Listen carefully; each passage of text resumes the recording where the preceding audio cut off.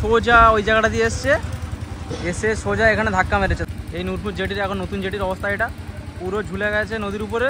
ফেরিঘাট ওই ফেরি মানে এত রিস্কি ব্যাপার কি বলবো, ধারে পালিয়েছিলাম বুঝতে পারিনি, সব শুধু মোবাইল কিনবো সব নিচে পড়ে গেছে। পুলিশ ওদিক থেকে তাড়া মারতে আমরা এদিক থেকে পালাচ্ছি। আসসালামু আলাইকুম গাইস, কেমন আছো তোমরা সবাই? আশা করছি সবাই ভালো আছো, আমিও অনেক ভালো আছি। তো বন্ধুরা, আমার বাড়ির কাছাকাছি নূরপুর বলে একটা জায়গা আছে, সেখানে তো নদীর বাঁধ ভেঙে গেছে সম্ভবত। তো খবরটা শুনলাম আমি, তো সেখানে যাচ্ছি ভিডিও করতে আর কি। তো গিয়ে দেখি বাঁধ ভেঙেছে, গ্রামের মধ্যে কেমন জল ঢুকছে, কি অবস্থা পরিস্থিতি আপনাদের সঙ্গে সব শেয়ার করব। এই যে আমার গাড়ি দাঁড়িয়ে আছে, এই আর এই যে দুটো হেলমেট, আজকের একদম কেস খাওয়া যাবে না। নূরপুরে পৌঁছে গেলাম, এবার সামনের দিকে যাই, গিয়ে দেখি কোথায় ভাঙনটা হয়েছে। আমি ইতিমধ্যে ঢুকে পড়েছি যেখানে নদীর ভাঙনটা ধরেছে আর কি, মানে যেখানে বাঁধ ভেঙে গেছে। তো সেখানে ভিডিও করতে করতে সামনে যাচ্ছিলাম, তো এখানে পুলিশ প্রশাসন চলে এসেছে, যার কারণে আমাকে সামনে যেতে দিচ্ছে না। ওখানে রেস্ট্রিকশান করা আছে, কোনো পাবলিকই অ্যালাউ নয়, অনলি ওখানে ওয়ার্কাররাই অ্যালাউ আছে।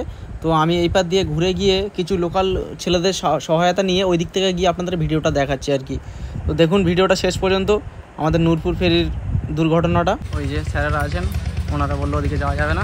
আমরা এখন মেন রোড ছেড়ে দিয়ে এখন পাড়ার মধ্যে দিয়ে ওই পারে ঢুকছি, গিয়ে নদীর ওই পাড়ের অবস্থাটা কি তোমাদেরকে একবার ঘুরিয়ে দেখানোর চেষ্টা করব। তো আশা করছি দেখাতে পারবো। ওই যে বাইকে যে দুটো ভাই আছে, ওরাই আমাদের নিয়ে এসছে এদিকে, লোকাল ছেলে বললো, তো ওরাই মোটামুটি রাস্তা দেখিয়ে নিয়ে এলো আমাদের। নদীর যেখানে ভাঙন ধরেছে আর কি নদীর পাড়ে, তো সেখানে মেরামতের জন্য এই যে বস্তার মধ্যে মাটি ভরে সেখানটায় আপাতত টেম্পোরারি দিচ্ছে, তারপরে আবার পাকাভাবে বাঁধ তৈরি হবে ওখানে। এইটা জেটি ঘাট ছিল, নূরপুর জেটির এই অবস্থা এখন বর্তমানে, মানে পুরোপুরি অনেক ধ্বংস পথে। এটা একদম শুয়ে পড়েছে, এটাকে রিপেয়ারিংয়ের কাজ চলছে অলরেডি। ওদিকে চারিদিকে পুরো ভেঙে গেছে। আর এই ভাই আমাদেরকে নিয়ে এলো, ওইদিকে পুলিশ আসতে দিচ্ছিল না, তাই ভাই নিয়ে এলো আমাদেরকে এদিকে ঘুরিয়ে খুব ভালো আমাদের সঙ্গে ব্যবহার করলো। তো সামনের দিকে যাই, দেখি আরও কতটা কী হয়েছে। আর এদিকে তো পুরো নদীর জল ঢুকে গেছে।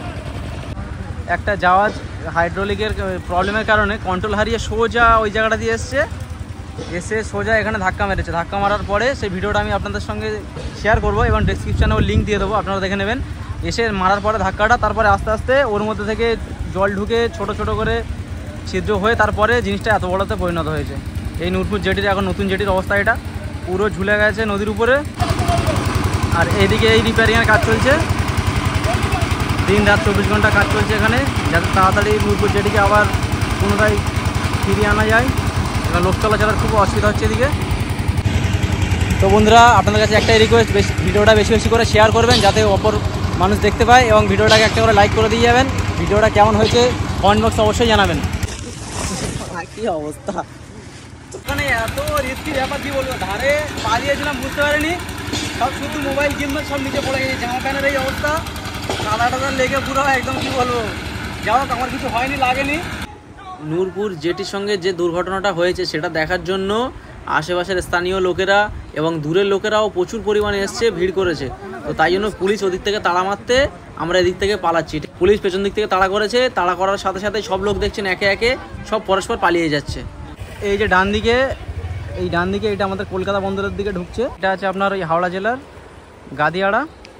আর এই যে দিকটা, এটা আপনার পূর্ব মেদিনীপুরের গেঁওখালি। এটা এই যে নদীর তিনটে মোহনা এখানে এসে একসঙ্গে মিশ্রিত হয়ে এখানে নূরপুর জেটিটার কিন্তু অত্যন্ত গুরুত্বপূর্ণ ভূমিকা পালন করে। কারণ এদিকে হাওড়া জেলার লোকেরাও এদিকে আসে, আবার এদিকে পূর্ব মেদিনীপুরের লোকেরাও এদিকে আসে, আবার এদিক থেকে লোক ওদিকে যায়, এদিকে সোজা এটা গিয়ে বঙ্গোপসাগরে গিয়ে মিশেছে। তো সকলেই প্রে করুন আমাদের এই নূরপুর জেটির জন্য, যাতে তাড়াতাড়ি আবার পুনরায় সে নতুন রূপে আবারও ফিরে আসতে পারে আগের মতো, যাতে লোক চলাচলের সুবিধা হয়। তোমাদের জন্য এত কষ্ট করে ভিডিওটা বানালাম। যারা ফেসবুক থেকে দেখছো তারা পেজটাকে ফলো করে দিও, আর যারা ইউটিউব থেকে দেখছো তারা চ্যানেলটাকে সাবস্ক্রাইব করে দিও।